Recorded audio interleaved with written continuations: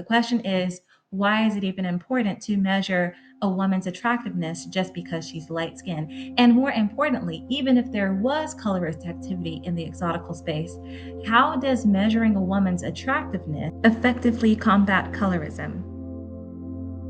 Hello, beautiful light skinned ladies, and welcome back to the channel. This is DOLCE K.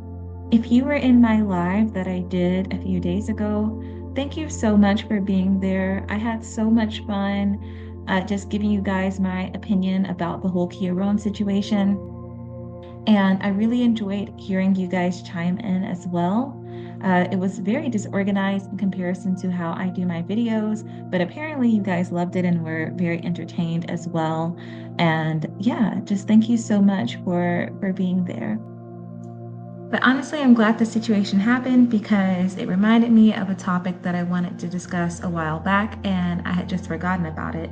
So, in today's video, we'll examine the talking point of you're not pretty, you're just light skinned, you just have 3C hair, you're not even attractive, and how that talking point actually stems from another system of oppression. And comment below if you know what system I'm referring to. But the people who say this always feel justified in invoking that system of oppression to defend themselves against colorism, just like Kia claimed to be doing in her video. She's claiming that she's trying to defend herself against colorism or speak out against colorist activity. Honestly, when I first saw Kia's video, I thought that she was going to spill the tea. I thought I was going to be seeing some screenshots, some names of these people who she were claiming to be colorist. But unfortunately, she did not do that. And I was surprised to see where she shifted the conversation. So instead of focusing on providing key details to support her claim that there are certain people in the exotical space who are colorist, Kia chose to shift the conversation to focus on measuring light skinned women's attractiveness. And that right there is very harmful. It should go without saying that just being light skinned and having loose texture hair doesn't make you beautiful. I'm sure we all know a light skinned person with loose texture hair that is just average looking. Us exoticals, us light skinned exoticals, like I said, there's more to it than being light skinned, boo. Like, there's more to it than having loose texture hair, than being biracial, than being mixed. Are you actually attractive, right? So she accuses the exotical space of being a mess, doesn't name any names or get specific about which users, subscribers, content creators she's speaking of, but then also admits in writing that she doesn't believe that Exoticals United is colorist based on the videos that she has watched. Well, clearly she hasn't watched enough of Exotical United's videos, and she clearly hasn't watched any of my videos or any of Pretty In Between's videos that talks about what an exotical is and how that term came to be. But isn't it funny how no matter how much explaining we do about what an exotical is, you still have certain women who come into the space and they think that being attractive is a requirement to be an exotical, mainly because they can't process a light skinned or a mixed woman saying, oh, yes, I'm beautiful, my skin is beautiful, my features are beautiful, without automatically assuming that she's saying that, oh, in order to be in the exotical space, you must be attractive, or I'm better looking than people who don't have my features. That's not what we're saying at all. And we never said that being attractive was a requirement for being an exotical. And so a lot of people who come into this space who are still slaves to other hierarchies and other isms, they will see a woman calling themselves beautiful and they'll think, hold up, why is this light skinned chick saying that she's pretty? Is she really pretty? Let me see where she fits in the beauty hierarchy. But regardless of what beauty hierarchy other people want to impose on women, women actually have the ultimate power. They have the ultimate secret superpower that helps us know that we are beautiful no matter what. And that superpower is something called the internal locus of control. So, an internal locus of control is the belief that you actually have the power to influence your life, your emotions, your self worth, all through your thoughts and your actions, rather than just being a victim to circumstance or outside opinions. So, in the context of beauty, Having an internal locus of control means that you proudly embrace your own sense of beauty without relying on societal validation and without fearing judgment from others. So, for light skinned women, learning to love our skin is an essential step in reclaiming internal locus of control. It's not about denying the existence of color discrimination or the privilege that light skin can sometimes carry in society, but it's about not allowing those external narratives and these hierarchies that we did not create to dictate how we feel about ourselves. And the reason I'm saying that the internal locus of control is a superpower is because at the heart of all hierarchies is this active agenda to deprive its subjects of an internal locus of control. And it's very important to learn how to identify when you're dealing with someone who is an agent of a hierarchy, which I'll probably make another video about in my Light Skin Guilt series.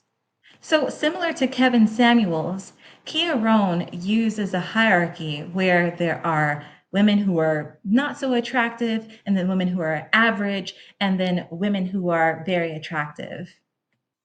The idea that a woman's attractiveness is on some scale that goes from top to bottom or on some spectrum that goes from left to right is very misogynist, and it's not that different from Kevin Samuel's understanding of beauty. The criteria for each of those stages can vary from person to person, basically depending on who you're talking to. It can also vary from day to day, week to week, month to month. So even one individual can have a different idea of what it means to be an average looking woman from day to day, week to week, month to month. And that is what is so disempowering and fickle about entrusting another woman with your understanding of your own beauty. Because when you do, people are going to abuse that power that they now have over you, and they're going to use that power to oppress you. So now, any light skinned woman in the exotical space who says, hey, I'm light skinned and I think my light skin is beautiful and I'm beautiful, now Kia has the power to say, let me go see what this light skinned woman looks like. Is she even all that pretty? And she's going to impose her own, hierarchy of beauty on that woman to be able to say, oh, well, she's not that pretty. Kia thought that she could get away with imposing a different hierarchy on light skinned Black women under the guise of fighting some colorist activity, which she has yet to actually prove has taken place in the exotical community. The question is, why is it even important to measure a woman's attractiveness just because she's light skinned? And more importantly, even if there was colorist activity in the exotical space, how does measuring a woman's attractiveness effectively combat colorism? And so when light skinned women are celebrating their skin tone, when we're making our spaces like my channel and other channels like Regular Degular Black Girl, Exotical Sauce, we're constantly reminded online, oh, some light skins are average and ugly. That's not just about colorism. That's also about perpetuating a system where a woman's worth is constantly measured by outside opinions of their appearance. So, this overemphasis on, oh, is she even all that pretty? Is she even attractive? She's just light skinned. It's a classic misogynist tactic that the BWE space frequently uses to discredit light skinned women's experiences and discredit Exoticals' experiences just because they don't like our skin tone or they don't like our features. Woman is going to be attractive even without colorism or other Eurocentric standards of beauty. She knows that if colorism did not exist, if it just died right now in this moment, she would still be considered attractive because she's attractive. That's just that, right? But the dookie face hoes, they know that they ugly, and they know that the only reason anybody pretends that they not is because of color. So instead of directly challenging hierarchy and working their way out of the hierarchy that's been oppressing them, Black women in the BWE space and Black women like Kia, they prefer to trade it out for another hierarchy that they can use to oppress other women. This is common, this happens all the time. And hierarchies drain its subjects of an internal locus of control. So the reason they get triggered and feel victimized anytime they hear an exotical, especially a light-skinned exotical, talk about pretty privilege and how our features are beautiful, is because they have a very weak ass internal locus of control.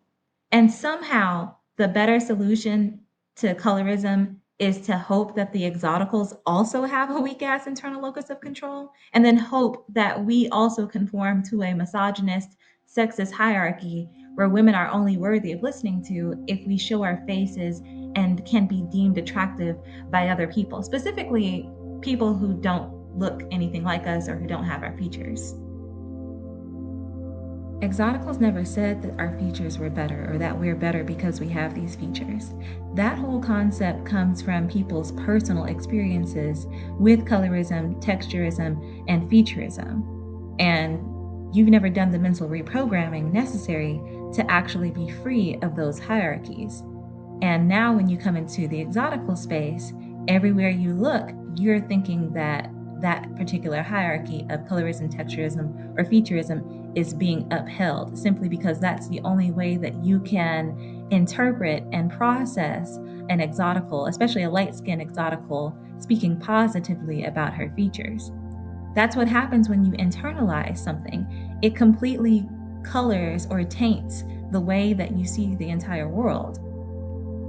And so I really look forward to speaking with you guys about how to identify an agent of hierarchy in my light skin guilt series, because it's very important to understand when someone is really passionate about, overcoming injustice, overcoming colorism and other forms of discrimination, as opposed to replacing those forms of discrimination with other forms of discrimination, replacing one hierarchy with another.